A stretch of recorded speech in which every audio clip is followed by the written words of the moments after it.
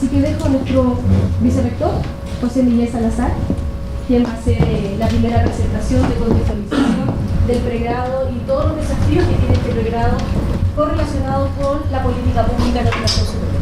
José Miguel, muchas gracias. Muchas gracias, Jemima. Muy buenos días a todas y a todos. Muchas gracias por estar aquí en el inicio del año. Espero que sea un buen año, particularmente un buen semestre, el que viene a continuación. Seguramente vamos a tener muchas cosas que hacer. Estamos preparando la llegada de los estudiantes. Hay tantas cosas que el pregrado demanda a la entrada del año de manera bastante urgente.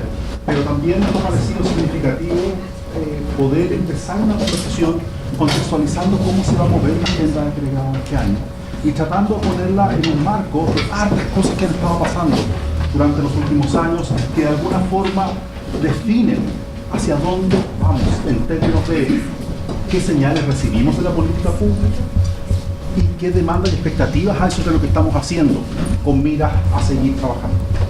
Es cierto que hemos hecho un trabajo inmenso. La mayoría de las personas que han estado aquí ha participado de una u otra manera en el cambio del currículo de pregrado de cada una de las carreras que la universidad ofrece, y eso ha sido una experiencia bien significativa en términos de poder mirar lo que se hace de otra manera, pero también darse cuenta que eso abre una nueva caja de desafíos y demandas, muchas de las cuales no tenemos claro cómo enfrentar. Nos hemos estado viviendo una época donde las cosas han cambiado mucho, no necesariamente por encima, muchas veces por debajo, pero ciertamente la recontextualización de lo que nosotros hacemos como educación superior es un tema significativo sobre el cual tenemos que ir pensando cada vez más, porque lo que hacemos no solo se agota en lo que recibimos y lo que aprendimos a hacer en cada una de las disciplinas donde nuestras identidades profesionales fueron forjadas, sino que también en función de qué espera cada uno de esos estudiantes que llegan a la universidad, qué podemos darles, qué no podemos darles, cómo podemos trabajar con ellos, cómo no podemos trabajar con ellos, y qué deberíamos estar pensando hacer a continuación, porque el pregrado está ajustándose a una realidad nueva, a unos tipos de relaciones sociales diferentes de los que conocían ustedes históricamente, y por lo tanto tenemos un desafío importante de cada cierto tiempo parar, tratar de mirar en perspectiva y volver a darle sentido al trabajo que hacemos. Yo creo que muchas veces lo que nos ocurre en el seguimiento curricular es que parece una tarea tediosa. Parece una tarea de mirar qué pasó con algunos cursos y algunos problemas de aprobación o reprobación o eliminación académica, y no necesariamente en una lógica de un proceso más continuo, de un cambio cultural más profundo. Es un cambio que de verdad nadie lidera, está pasando de manera autónoma de cada uno de nosotros, pero al mismo tiempo somos partícipes y actores de ese cambio. Y un poco esta presentación tiene por objeto poner eso en perspectiva e ir viendo cómo las murallas se mueven, suben, bajan, se ponen más gruesas, se ponen más delgadas, pero al mismo tiempo nos dan oportunidades. Uno no es capaz de reconfigurar el escenario completo sobre el cual opera la formación de pregrado, pero sí podemos saber qué opciones están disponibles, cómo tomarlas, cómo manejarlas, cómo de alguna forma tratar de maximizar de la mejor forma que podamos lo que es nuestro trabajo, en función de servir un bien público, como cada una de las personas que están en esta sala hoy día aquí cumple, que es forjar a la generación siguiente de las personas que van a conducir este país y sus distintas localidades. Es una tarea bien importante, de repente parece más rutinaria, de repente parece desesperanzadora. ¿Cuántas veces tenemos problemas con la motivación de los estudiantes? De entender que lo que estamos tratando de enseñarles es para nosotros muy importante, creemos que para ellos es muy importante, pero por Dios que nos cuesta hacer sentido de lo que ocurre en ese diálogo estudiante-profesor, y por lo tanto todo lo que vamos a conversar hoy día tiene esas características. En lo fundamental, a mí lo que me importa es tratar de enmarcar esto desde el prisma de cómo las señales, las zanahorias y los garrotes se nos van colocando en el camino para ver qué de verdad podemos hacer. Pero más allá de que estas presentaciones, y yo creo que es bueno poner estas cosas en perspectiva, pero también es importante el diálogo que ustedes puedan tener. Durante toda la mañana esperamos de que ojalá haya la mayor participación posible y que tengamos la posición de que todos puedan encontrarse, o algunos puedan conocerse y ver qué alternativas de colaboración, qué espacios de convergencia se pueden producir en una universidad como esta, que es tan grande y tan diversa, donde nos cuesta mucho en ocasiones encontrarnos.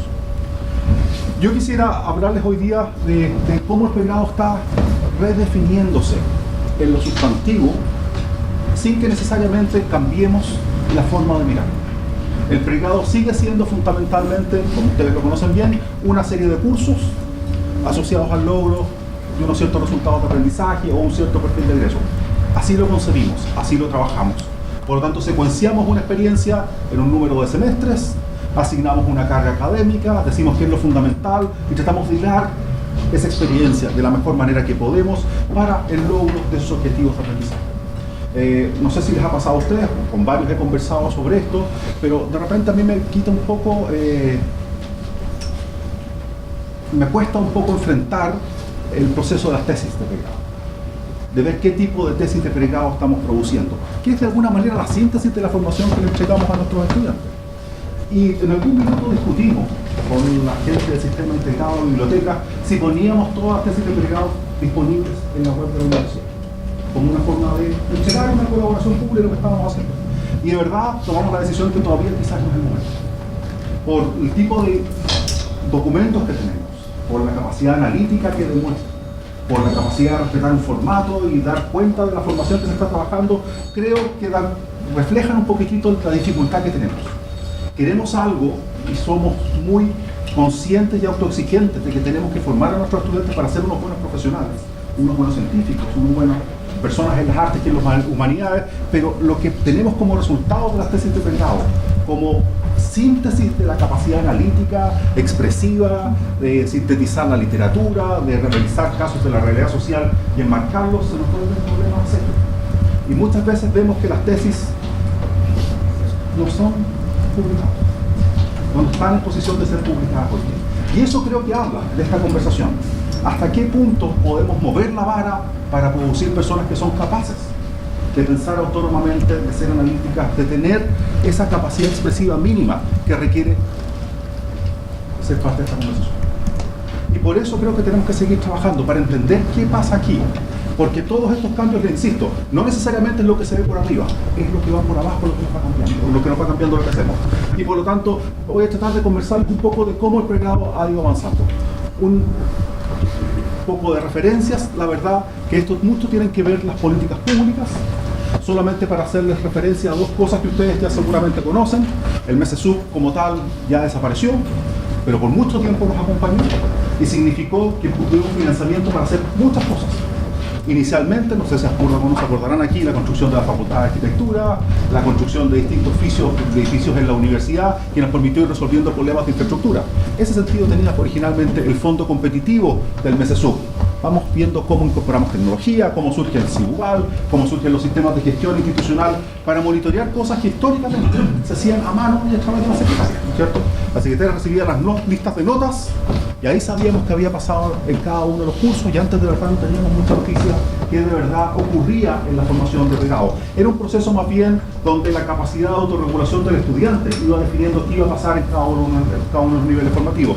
Pero nosotros como unidades, cada unidad académica, cada facultad, centros integradores, donde se ponía en perspectiva todo lo que se hacía, de verdad no era un tema fundamental. Y la Universidad Chilena en eso siempre fue bastante descentralizada y desestructurada. Más bien lo importante era reconocer autonomía y responsabilidad a cada profesor por su curso, que pensar en que de verdad esto podía desarrollarse de otra manera. Y eso funcionaba bien en grupos pequeños, motivados, autoseleccionados.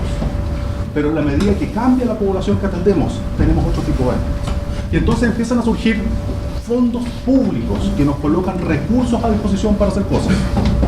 Particularmente el Fondo de Innovación Académica. Yo sé de varios proyectos en varias facultades y escuelas de la universidad que apuntaron en esa dirección. Muchas modificaciones del currículum, ¿cierto? Mucha idea de pensar cómo íbamos a nivelar las competencias de estos nuevos estudiantes que recibíamos. De qué manera íbamos a desarrollar capacidades docentes. Por supuesto que estos proyectos tienen más componentes que el pregrado, pero yo estoy tratando de hacer una síntesis exclusivamente en lo que se refiere a este desarrollo, a cómo estamos de verdad trabajando en esta área. Y recibimos recursos, y tuvimos varios compromisos que tuvimos que ir poniendo a prueba, ¿cierto? Las tasas de retención, las tasas de titulación, los seguimientos curriculares, la forma en la cual los nuevos currículums se iban construyendo, el modelo de formación que la universidad definió, corresponden a este tipo de iniciativas. Esto significa que el Estado dijo: voy a ayudar a las universidades, al sistema universitario, y les voy a entregar estos recursos para que el sistema universitario de verdad pueda ser capaz de desarrollar de mejor manera esta relación formativa que tenemos que tener con los estudiantes. Sin perjuicio de todos los proyectos que ustedes vieron, y aquí por supuesto Solángela Garay juega un rol muy fundamental, la mayoría seguramente ustedes la conocen, han sufrido seguramente el seguimiento de los proyectos y al mismo tiempo tenido la gracia de poder analizar y usar estratégicamente recursos para el desarrollo de distintas áreas de la universidad y permitió muchas cosas las que tuvimos, no solo instalar por lo pronto el sistema curricular de la universidad y los sistemas informáticos, sino que avanzar y construir el igual y desarrollar cosas que han sido muy importantes para todos nosotros. Quizás en la última parte del MESESUB, que se centra en la idea de los convenios de desempeño, es donde el pregrado incluso se fue más visible. A través, no sé si se acuerdan, del famoso 1315, donde pudimos sintetizar muchas cosas en términos de poner en práctica el modelo curricular de la universidad completo, avanzar hacia trabajar el problema de la transición hacia la universidad, de ir viendo efectivamente de qué manera íbamos a articular la idea de planes comunes, de qué forma íbamos a hacernos cargo de la deserción. No sé si se acuerda la gente de Ingeniería y de la Facultad de Ciencias, donde esos temas fueron particularmente tocados, y abre en definitiva un espacio donde el Estado nos coloca estos recursos a disposición de manera progresiva. Son muchos años de MESESUB, muchos años de inversión continua en financiar las necesidades que cada universidad decía o pensaba tener. Todo esto se desarrolla en función de diagnósticos que nosotros mismos construimos, que nosotros mismos validamos y sobre los cuales nos comprometimos a un conjunto de cosas. Por lo tanto, mirados de la política pública, la pregunta que nos nace naturalmente para nosotros como vicerrectoría académica, pero para cada facultad y para cada unidad académica es, bueno, les hemos entregado todos estos recursos, se ha hecho todo esto, ¿qué cambio han producido ustedes? ¿Qué ha pasado dentro de las universidades? Porque efectivamente estos recursos hoy día ya han estado disponibles durante todos estos años. Por lo tanto, la última parte del MESE, esta de la idea de los desempeños complementivos, lo hace más visible, lo hace más fuerte. Por lo tanto, tenemos en la agenda pública, frente al Parlamento, frente a las autoridades regionales y municipales, un conjunto de compromisos acerca de los resultados que nuestros procesos de enseñanza y aprendizaje iban a producir. Y la pregunta que tenemos que responder una y otra vez es, ¿estamos produciendo eso que dijimos que íbamos a generar? La política pública produce expectativas, exige resultados. Y en ese escenario nos hemos movido, es decir, hemos podido hacer muchas cosas. Las personas que tienen más experiencia en la universidad se acordarán de los desafíos de infraestructura, se acordarán de los distintos problemas que tenía la universidad para funcionar hace 15 o 20 años atrás y cómo eso ha ido cambiando en el tiempo, cómo la universidad se ha ido moviendo. Pero la pregunta es, ¿de qué manera todo eso impacta a los estudiantes y su desarrollo? Es un tema sobre el cual tenemos que volver una y otra vez y otra vez.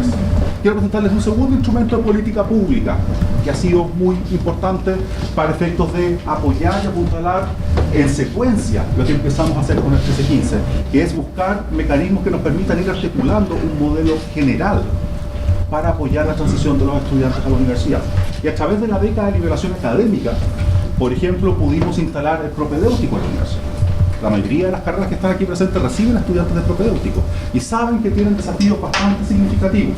Entonces, ¿cómo apoyar a gente cuya experiencia de educación superior es ninguna? Cuyas familias nunca han tenido ni siquiera un contacto cercano con lo que pasa en la educación superior. Y por lo tanto, la idea de autonomía, responsabilidad, compromiso, son preguntas significativas. Y en ese contexto, lo que nos ha ayudado fundamentalmente es a ver de qué forma avanzamos con estos grupos de estudiantes que necesitan apoyo. Y nos ha permitido ir probando distintas herramientas, distintos mecanismos para mejorar las tasas que la universidad tiene, particularmente en lo que se refiere a retención de primer año y al mismo tiempo ir generando sistemas de monitoreo. Y ustedes han ido viendo seguramente de manera progresiva cómo la universidad tiene sistemas más sofisticados para controlar cada uno de los procesos y les permite a cada una de las unidades académicas tener herramientas para monitorear cosas que antes no monitoreábamos, o, para ponerlo de otra forma, que monitoreábamos ex post, ¿cierto? Recibíamos las notas, sabíamos cuántos estudiantes se habían ido y la historia quedaba un poquito cerrada. La pregunta de antes es si podíamos hacer algo para que eso no pasara. Sí, pero dependía de cada profesor. Cada profesor manejaba un poco el pulso de los cursos, pero no había una instancia que pudiera en tiempo real ir viendo qué pasa con los estudiantes. Algunas carreras eran más pequeñas y por lo tanto eso bastaba una persona que tuviera los números en la mano, en las caras y los nombres como para poderlo hacer. Pero las carreras más grandes, los grupos humanos más significativos lo hacen bastante más difícil. Sobre todo cuando los estudiantes que se van, en la mayoría de los casos, no son los más vocales, no son los más visibles, no son los que reclaman y tienen una presencia más marcada en la universidad, sino que son aquellos que están en el rincón callados, que desaparecen de la noche a la mañana y no los vemos más. Ese tipo de estudiantes hoy día estamos en posición de trabajar un poco mejor con ellos. Pero les insisto que tenemos expectativas y demandas en función de lo que hemos ido haciendo a propósito de estos recursos que hemos ido recibiendo. Déjenme agregarles algo más. No sé si se acuerdan del PASE. Empezamos hace 3 años con el PASE. El PASE significa que no solo estamos trabajando a partir de la experiencia que hicimos con el propedéutico en algunas escuelas de Valparaíso, como partimos inicialmente, sino que estamos trabajando con un grupo importante de liceos en la provincia de San Felipe y Los Andes, y al mismo tiempo tenemos una presencia en la isla de Pascua y en la isla de Juan Fernández. Esto significa que la universidad, algo que hemos empezado a hacer con el PASE, se mueve hacia los liceos y empieza a trabajar dentro de los liceos. Empieza a trabajar la motivación de por qué es importante estudiar. Al mismo tiempo empieza a trabajar la universidad en qué tipos de nivelaciones tienen que producirse, particularmente en lengua y en matemáticas, habilidades básicas de cálculo y aritmética, y tratar al mismo tiempo de buscar formas y mecanismos para entregarle a estos estudiantes las necesarias herramientas para autorregularse, para trabajar en la universidad. Y eso, ustedes entenderán, con personas con distintos tipos de maduración, que nunca habían pensado ir a la universidad, es un desafío grande. Pero ciertamente hemos estado trabajando en ese campo, en esa materia, y de verdad el PASE ha sido muy interesante en términos de verdad poner en contacto a estos estudiantes que nunca pensaron que la universidad era una alternativa para ellos, en colocarles esta ambición por delante y facilitarles y permitirles ver hasta dónde ellos podían expandir sus posibilidades a propósito de este trabajo preparatorio.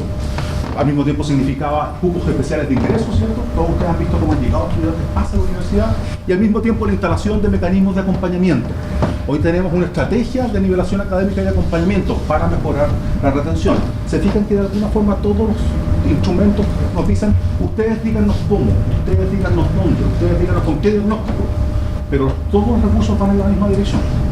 Tenga currículums más ajustados, tenga mejores herramientas de monitoreo, preocúpese que los estudiantes no se le vayan muy temprano, preocúpese que tengan una titulación oportuna, preocúpese que los profesores estén capacitados para trabajar con grupos diversos, aumente el repertorio de herramientas que los profesores tienen para trabajar con los estudiantes.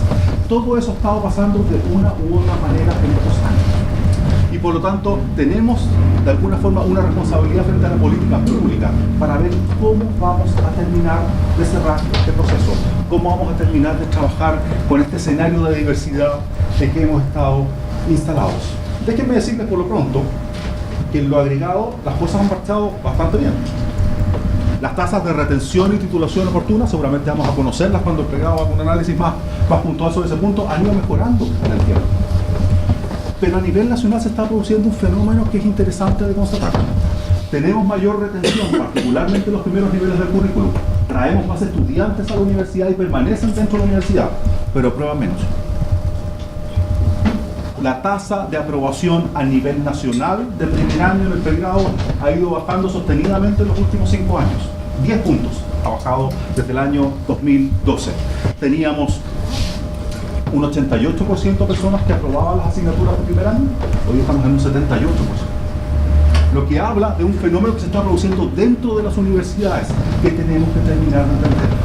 Hacemos harto por retenerlos, somos menos marciales, si ustedes quieren, en términos de producir esa eliminación antigua en el primer año. ¿Se acuerdan que las carreras de ingeniería eran muy famosas en Chile porque producían una gran mortandad de estudiantes en el primer año, seleccionaban un grupo pequeño que continuaba en los estudios superiores, y con ese grupo los profesores estaban preparados para trabajar? Pero eso suponía que la diversidad del primer año se resolvía de manera más bien vía autorregulación. Los estudiantes que eran capaces de sobrevivir seguían, y con ellos los profesores trabajaban, y los que no, bueno, salían de la universidad, lo que significaba que el primer año era una suerte de caja de compensación, a través de los cuales se definía qué estudiantes de verdad iban a ingresar a la universidad, pero significaba que todo el resto no importaba. Y el compromiso por la movilidad social y por la cohesión social que está detrás de una educación superior masiva, de verdad desaparecía del telón de fondo. Es un problema que los profesores particularmente las universidades más selectivas, decidían quedarse con el grupo de estudiantes más motivados, mejor preparados, con mejor disposición académica, y el resto podía salir. Hoy día no es el escenario donde estamos instalados.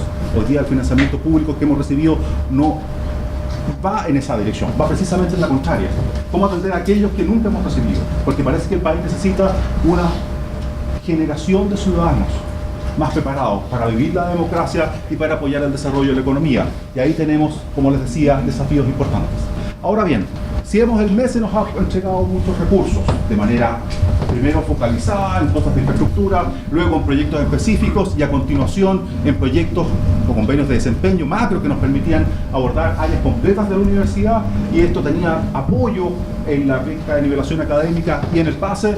Se abre un nuevo escenario, porque si bien ya no hay MESASUB, hay un convenio para el fortalecimiento de las universidades estatales que el Ministerio de Educación ha abierto a contar de 2017 de manera un poco titubeante, de verdad. No es algo que se haya puesto significativamente en marcha en lo que se refiere a los componentes del proyecto, sino que más bien han sido recursos generales que se han transferido a las universidades para básicamente compensar la falta de otro tipo de financiamiento. Pero entre el 17 y el 22 vamos a tener aquí una demanda importante acerca de qué forma vamos a producir unos resultados que impliquen ya no solo que vamos a graduar estudiantes, ya no solo que los vamos a retener, sino que cómo los vamos a equipar para que trabajen efectivamente en cada una de las profesiones que les tomamos. Y en ese sentido se abre la idea de que vamos a tener unos nuevos convenios marco, a propósito del fortalecimiento de universidades estatales, de este convenio que está operando en meses y donde se supone que hay una red de universidades estatales operando. Esto todavía está en forja, su modelo definitivo no ha sido instalado, pero este es el escenario en que estamos hoy día parados. Y vamos a tener que ver efectivamente cómo mejoramos el acceso, la equidad, la permanencia, la graduación de los estudiantes vulnerables. Y aquí aparecen, a diferencia de antes, que teníamos temas más bien generales, empiezan a aparecer temas más específicos, sobre los cuales vamos a tener que trabajar en el tiempo que viene todas las universidades estatales. Además de los cursos de nivelación académica o remediales para nivelar competencias y permitir que los estudiantes entren, nos van a pedir que les demos asesoría vocacional. Asesoría vocacional dentro de las universidades. Explicarles bien, a propósito de que ya llegaron a la universidad, qué tipo de carrera están cursando, qué expectativas vamos a tener respecto a esas carreras, qué tipo de identidades profesionales vamos a forjar y cuánto calza eso por las ganas, por los niveles de madurez y por lo que los estudiantes son verdaderamente capaces de hacer. Vamos a tener demandas por aumentar la titulación. Ustedes saben que la titulación a nivel nacional anda al orden de la titulación oportuna, al orden del 25% en el programa. Y por lo tanto tenemos un desafío grande de ir incrementando estos números. La verdad, también esto tiene un techo. Países con una tradición larga de masificación en la educación superior, como Estados Unidos, producen al N+1 de graduación del pregrado un 60% de graduados, lo que significa que hay un 40% de personas que pasan por la experiencia formativa en Estados Unidos que nunca se gradúan, lo que habla de cuánto producen y cuánto se pierde en este proceso en el tiempo. Y dos, y por lo tanto hay que ver muy bien de qué manera la titulación va a funcionar. Creo que vamos a tener una demanda a ver de qué manera nuestros currículums se cierran bien.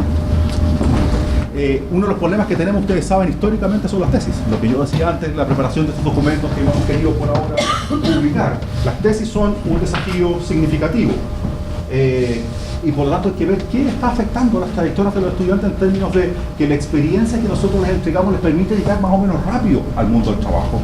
Y no tenemos a las personas en 1, 2, 3 o 4 años en el limbo, viendo cómo cierran un proceso de titulación que muchas veces se demora excesivamente, no porque los estudiantes no sean capaces de desarrollarlos, sino que porque de verdad ellos entran al mundo del trabajo y las exigencias académicas quedan un poquitito detrás.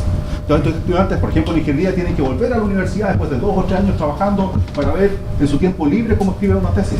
Ya dejaron de estar con nosotros como experiencia fundamental, están en otra cosa y por lo tanto les quedan estas demandas de arrastre y vamos a tener que ver cómo solucionamos.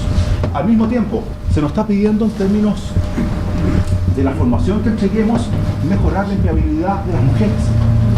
Más incluso que de los hombres, la empleabilidad de las mujeres. Ustedes bien saben que hay más mujeres que hombres en la educación superior. En esta universidad estamos llegando 60% de mujeres, 40% de hombres en el pregrado. Y se hace más evidente que los hombres se ingresan al mercado laboral de una manera más derecha que las mujeres, y por lo tanto ahí hay algo que tenemos que seguir trabajando, y por lo tanto al mismo tiempo se nos va a pedir cómo nos aseguramos que la transición entre la educación superior y el empleo es más expedita. Hay más cosas que vamos a tener que hacer en este campo, además de capacitar académicos y seguir ajustando el currículum una y otra vez en función de las experiencias que vayamos generando. La idea es ir acercando en lo fundamental lo que declaramos que vamos a hacer con lo que efectivamente estamos haciendo.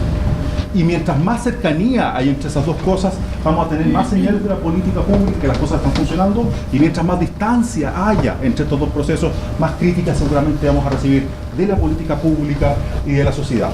Ahora bien, en el marco de este proyecto hay tres cosas que hay que tener especial cuidado, porque son las señales que las políticas públicas nos están entregando a lo que va a ocurrir a continuación. ¿Qué se nos está diciendo? Usted tiene que llegar como sistema agregado a un 65% de retención en el tercer año. ¿Por qué? Porque claramente la retención del primer año es buenísima, ¿cierto? Les insisto, nuestra universidad está en el 83%, pero a continuación se ocurren los problemas. No es el primer año que se van, es el tercer año que se van, ¿cierto? En cuarto año que se van. Y ese es el punto que hoy día nos van a estar mirando.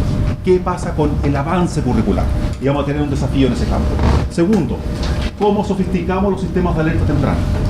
¿Cómo este trabajo de monitoreo en tiempo real, compartido en las comunidades académicas, efectivamente se ejecuta? ¿De qué manera estamos anticipando los problemas y demostramos que tenemos herramientas y capacidades de análisis para anticipar los problemas? Y no solo para ejecutar las normas reglamentarias que tenemos en cada caso. En fin, servicios de empleabilidad. ¿De qué manera vamos a trabajar con los estudiantes para equiparlos la llegada al mundo real del trabajo? ¿Cómo son los hábitos del mundo del trabajo? ¿Qué posibilidades hay en el mundo del trabajo y qué no hay? ¿Qué posibilidades hay en esta región y en otras regiones? ¿Qué tipo de expectativas sobre industrias posibles para cada uno de estos ámbitos hay que hacer? ¿O espacios posibles de desarrollo profesional van a estar? Y por tanto va a haber aquí, hacia el término de los currículums de pregrado, un espacio donde vamos a tener que estar pensando de qué manera institucionalmente y en cada una de las unidades académicas de la universidad somos capaces de avanzar en esta dirección. Esto yo les cuento en términos generales, porque en términos particulares hay más cosas. Quienes están aquí de carreras de formación inicial docente saben que las posibilidades de trabajar su currículum son muy distintas que en el pasado. ¿Por qué? Porque hay estándares para la formación inicial docente que no están en otras disciplinas, porque hay un currículum nacional al que hay que responder, hay unas pruebas de evaluación de los estudiantes, diagnósticas de inicio y diagnósticas de salida, y por lo tanto la capacidad de autonomía que tenemos para modelar esos procesos formativos es mucho más limitada. En la medida que medicina avance a la conformación más estable de un examen médico nacional, algo parecido empieza a pasar. Lo que quiero decirles con eso es que nos dejan los márgenes en esos casos. Nos dejan algunos espacios para que le demos un sello a la formación y algo particular que nosotros queremos entregar. Pero bien claro está que hay muchas cosas que hoy día vamos a tener como condiciones contextuales a que responder. Y sin ir más lejos, la acreditación obligatoria de las carreras de salud y de las carreras de educación se coloca en esa lógica, responder a un modelo nacional de formación. Y por lo tanto, harto más lejos de lo que hoy día tenemos. Y en ese sentido, son más limitaciones, son más constricciones sobre las cuales vamos a trabajar. Déjenme solamente por un minuto, para terminar, hacer un intento de interpretación. ¿Qué significa todo eso para el trabajo que nosotros estamos haciendo hoy día? Oh, perdón, se me olvidó agregarles un poquito más porque, por supuesto, hay más cosas. Tenemos no solo la política pública en términos de lo que define el gobierno, sino que lo que hace el CRUCH. Y voy a ser muy sucinto en esto, pero tenemos el ranking de notas. Algunas carreras les parece bien, a otras carreras les parece menos bien, pero la tenemos como una exigencia. Hoy día tenemos que valorar la experiencia formativa en contexto. Al mismo tiempo hemos visto cómo la red de propedéuticos ha funcionado, tenemos cupos especiales, tenemos también algunas instancias de trabajo ahí, pero eso es una experiencia que hoy día está más bien desapareciendo en función de la prominencia que está alcanzando el PASE en el sistema. Y en fin, en el marco del Consejo de Rectores ha empezado a operar una encuesta sobre compromiso estudiantil. Con algunas unidades académicas hemos estado conversando de lo que ahí estaba ocurriendo. Para el año 2010 ya hay 10 universidades que se suman a esto, y es pensar que lo que les pasa a los estudiantes, y a lo mejor esto es lo más nuevo que vamos a ver, no es lo que ocurre dentro de la sala de clases con los profesores. que seguir una agenda formativa por curso en función de un currículum del curso que alimenta un currículum de la carrera es solamente parte de esa experiencia. Y que somos como universidades capaces de monitorear el proceso completo. No solo lo que ocurre en la experiencia profesor-estudiante dentro de la sala de clases, sino lo que es vivir la universidad como un todo. Lo que son las movilizaciones, lo que es la vivencia y la diversidad, lo que es de alguna forma el trabajo de formación ciudadana que se desarrolla, el vínculo con la comunidad, el espacio de interacción para la diversidad, son todos temas muy importantes y claramente aquí tenemos un desafío. Porque, les insisto, hemos visto históricamente lo que hemos hecho hasta ahora como algo encapsulado en estas experiencias dosificadas de formación que entregamos a través del currículum y no necesariamente hemos tratado de ver holísticamente qué ocurre dentro de la universidad con los estudiantes. Seguramente a ustedes les ha pasado, no a todos, pero a algunos sí, que lo que define sus años universitarios no es un curso, sino que es una conversación con un profesor, con un proyecto de investigación, es un diálogo con otros estudiantes para trabajar en una materia en particular, es encontrarse con personas de otra parte, es ir a hacer una práctica, es estar en terreno, viendo cómo vive la población real y qué desafíos tienen a propósito de esa condición material y cómo la universidad y los graduados pueden ayudar. Cada una de esas cosas marca a las personas de una manera singular y lo que queda al final del día como experiencia formativa es el acumulado.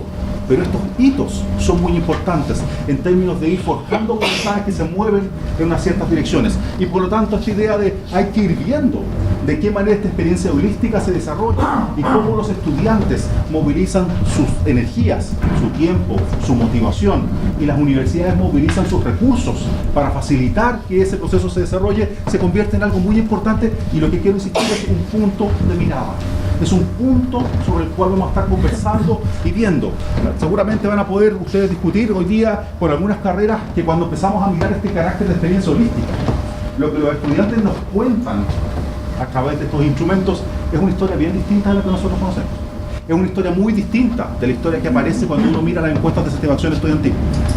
Y no estamos pidiendo a los estudiantes que nos digan cómo le va con el profesor dentro de la sala de clases, sino que, por ejemplo, en cómo gastan su tiempo en la semana. Cuánto tiempo se demoran en movilizarse, cuánto tiempo se demoran en trabajar, cuánto tiempo se demoran en atender a personas de su familia. Y cómo incide eso en su capacidad para estudiar y trabajar. Y en la medida que uno va conociendo esas realidades, empieza a ver que lo que el estudiante vive en la universidad es un poquitito distinto de lo que uno piensa y diseña cuando mira el currículum. La pregunta es cómo empezamos a ampliar esa mirada y la vamos colocando en perspectiva. No mucho más, les insisto, voy a tratar de avanzar en una síntesis.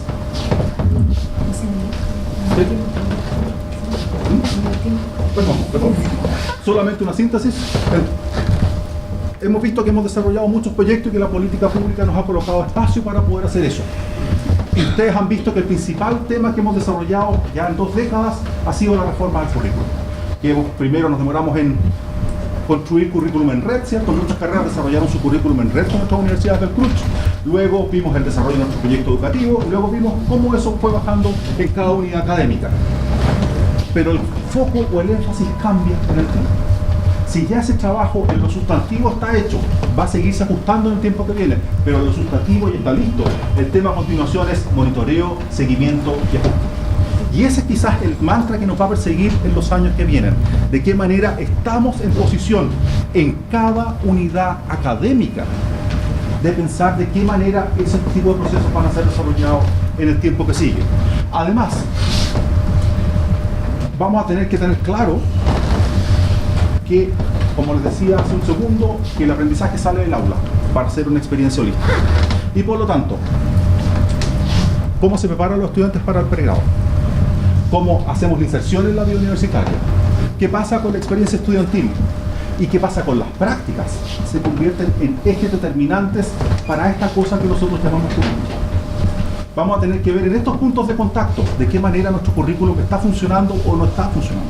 Y por lo tanto la pregunta acerca de cuán buena o mala es la trayectoria que ofrecemos a los estudiantes se convierte en una pregunta muy sustantiva y sobre la cual tenemos que generar una narrativa coherente que nos permita conversar con la sociedad y con la política pública. Al mismo tiempo, dado que se produce esta mirada integradora y de monitoreo en tiempo real, el currículum deja ser responsabilidad de cada profesor con su curso. Ya no es un programa, un profesor y en el agregado esto funciona hacia la lógica de un perfil. No. En esta perspectiva, hacia donde nos estamos viendo este escenario, es que hay una comunidad de académicos en cada escuela, instituto de esta universidad y de todas las universidades del país que está a cargo colectivamente de trabajar en ese currículum y articularlo y darle contenido y sentido. Por lo tanto, significa un diálogo como pocas veces se nos produce. Es cierto que dentro de las líneas, las cátedras, hay diálogo. Pero cuando vemos las asignaturas de formación general y las ciencias básicas, de verdad, son mundos diferentes y se separan. En las carreras de pedagogía en esta universidad, la gente tiende a decir, hay asignaturas disciplinarias y hay asignaturas de pedagogía, como dos temas completamente independientes. El punto fundamental hoy día es que eso, el punto de vista de las comunidades y el punto de vista del seguimiento, va a tener que moverse hacia una integración. Todo contribuye con el todo. Y la pregunta sobre esa demanda sobre la integración, ¿cómo se va a producir? ¿De qué manera vamos a trabajarlo de verdad en dar cuenta de que logramos lo que decimos que vamos a lograr? Y que los graduados de esta universidad, en cada una de sus unidades académicas, logran los perfiles que nosotros mismos definimos. Y que esos perfiles son útiles y que permiten que de verdad las personas se desempeñen en el mundo del trabajo.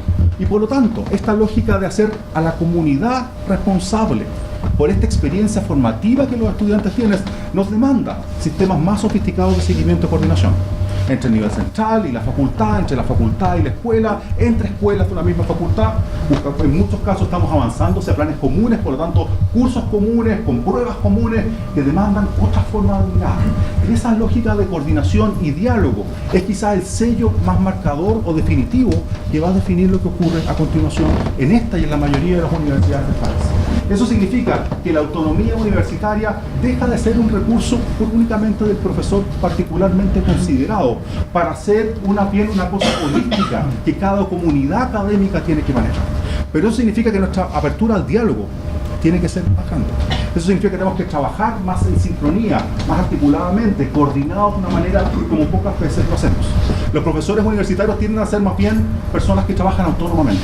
Son personas que tienen que madurar una reflexión, tienen que concebir ideas originales, tienen que procesar cantidades de información que son difíciles de manejar. Y ese proceso introspectivo generalmente los lleva a ser más bien personas que trabajan de manera autónoma. En lo que se refiere a la formación de pregrado, la pregunta va a ser ahora, ¿qué capacidad de integración tenemos para que esto sea diferente? Pensando que tenemos que mover a los estudiantes y llevarlos al mundo del trabajo. No vamos a darles trabajo, no somos una agencia de empleos en lo fundamental, pero sí tenemos que pensar que es necesario que cada estudiante que entre a esta universidad tenga las herramientas y las capacidades para llegar a ese mundo de manera importante. Quiero cerrar con esto, quiero decirles que fundamentalmente estamos en un escenario donde el tema es de qué manera nos movemos en esta dirección.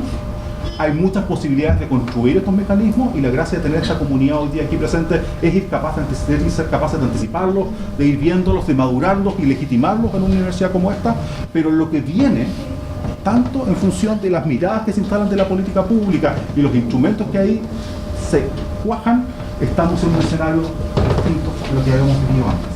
Y la invitación que nosotros queremos hacerlo es que trabajemos el desarrollo del currículum y el seguimiento de las experiencias formativas pensando un poquitito en ese escenario.